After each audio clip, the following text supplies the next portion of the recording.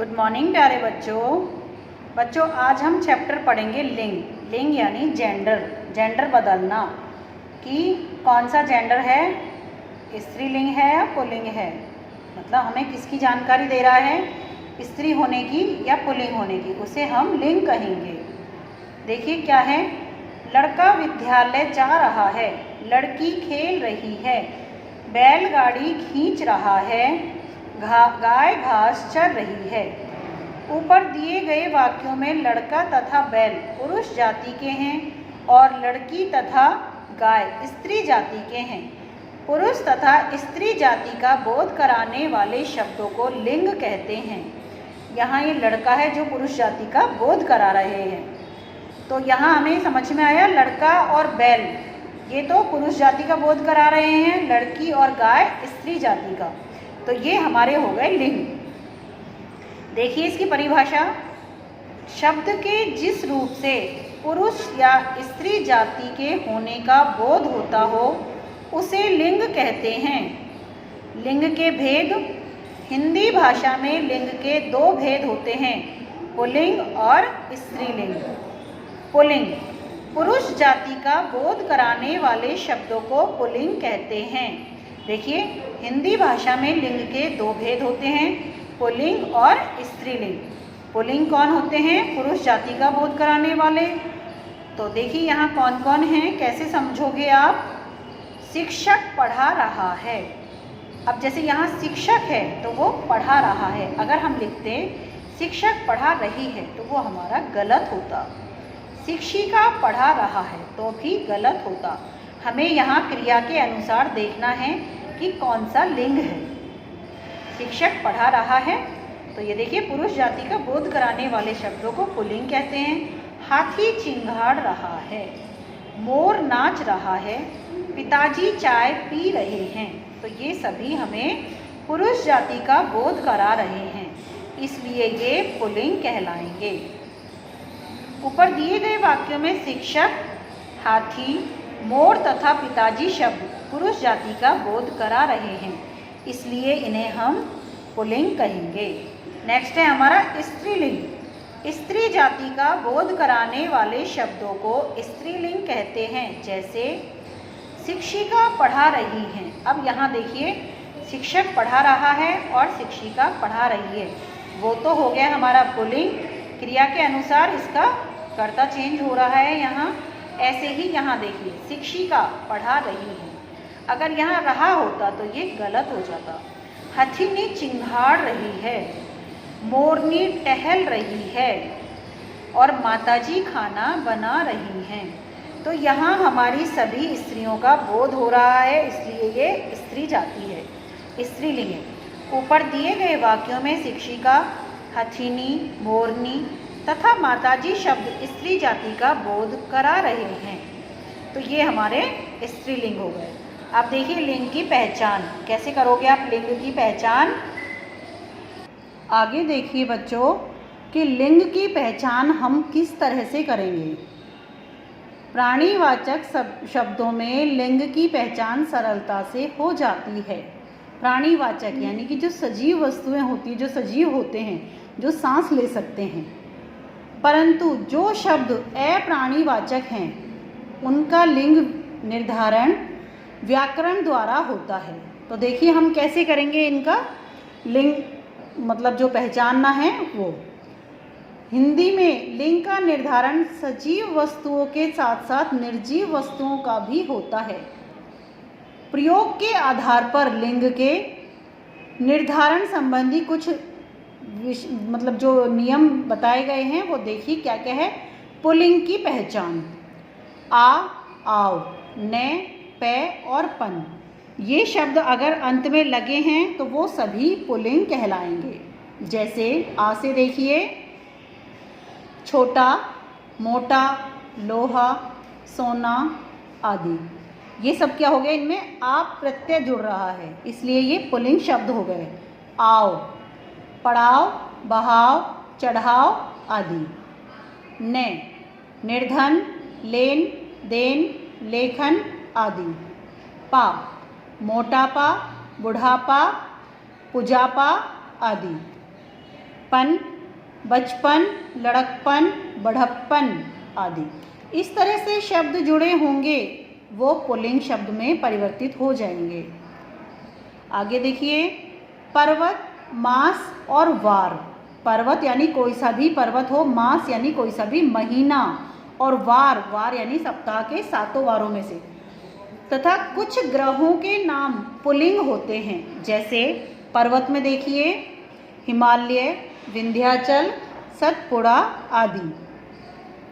मास देखिए कौन कौन से मास हैं, जैसे 12 मास होते हैं हमारे, उनमें से चैत्र, बैसाख, ज्येष्ठ, सावन आदि, कोई सा भी हो सकता है इनमें से। वार है सोमवार, शनिवार, बृहस्पतिवार आदि। ग्रह हैं सूर्य, चंद्र, मंगल, बुध, राहु, केतु आदि। पृथ्वी स्त्रीलिंग में आएगी। जैसे ग्रह तो सारे पुल्लिंग में आएंगे, लेकिन ग्रह एक पृथ्वी भी है, वो हमेशा स्त्रीलिंग में ही आएगी। ठीक है बच्चों, यहाँ तक आपको समझ में आया होगा। अब देखिए, पेड़ों के नाम पुल्लिंग होते हैं, जैसे पीपल, आम, बरगद आदि। जामुन और इमली स्त्रीलिंग है। यहाँ जैसे पेड़ों के सभी के नाम तो पुल्लिंग बताए हैं, लेकिन कुछ पेड़ ऐसे होते हैं जो स्त्रीलिंग में आ जाते हैं। अनाजों के नाम पुल्लिंग होते हैं, जैसे गेहूँ, चावल, चना, जौ आदि। लेकिन मक्की, अरहर, ज्वार और मूंग ये स्त्रीलिंग में आते हैं। द्रव्य पदार्थों के नाम पुल्लिंग होते हैं, जैसे पानी, सोना, तांबा, लोहा, घी, तेल आदि। लेकिन चांदी स्त्रीलिंग में आएगा। रत्नों के नाम पुल्लिंग होते हैं, जैसे हीरा, पन्ना, नीलम, पुखराज आदि। ऐसे अंत होने वाली तत्सम संज्ञाएं प्राय पुल्लिंग में आती हैं, जैसे जल, वचन, चित्र, पर्वत, नगर, उपवन आदि। क्या बोला था यहाँ कि ऐसे अंत होने वाली तत्सम संज्ञाएं, तत्सम यानी जो संस्कृत की हिंदी में भी शुद्ध रूप में बोली जाती हो, वो होते हैं तत्सम शब्द। तो यहाँ क्या क्या है? जल, वचन, चित्र, पर्वत, नगर, उपवन आदि। समुद्रों और देशों के नाम पुल्लिंग होते हैं। देखिए समुद्र कौन कौन से हैं? हिंद महासागर, अरब सागर, काला सागर आदि। देश भारत, चीन, रूस, इंग्लैंड आदि। श्रीलंका स्त्रीलिंग में आती है। जिन शब्दों के अंत में कै और त्वय आते हैं वे पुल्लिंग होते हैं, जैसे कैसे, गायक, नायक आदि। और त्वय से पशुत्व, मनुष्यत्व और पुरुषत्व आदि। इस तरह से ये हमारे पुल्लिंग शब्द हो जाएंगे। शरीर के कुछ अंग पुल्लिंग होते हैं, जैसे सिर, मस्तक, कान, मुंह, गला, दांत, पाँव, हाथ आदि। ये सभी पुल्लिंग शब्दों में आते हैं। अब देखिए आगे स्त्रीलिंग की पहचान। अब हम यहाँ स्त्रीलिंग की पहचान कैसे करेंगे?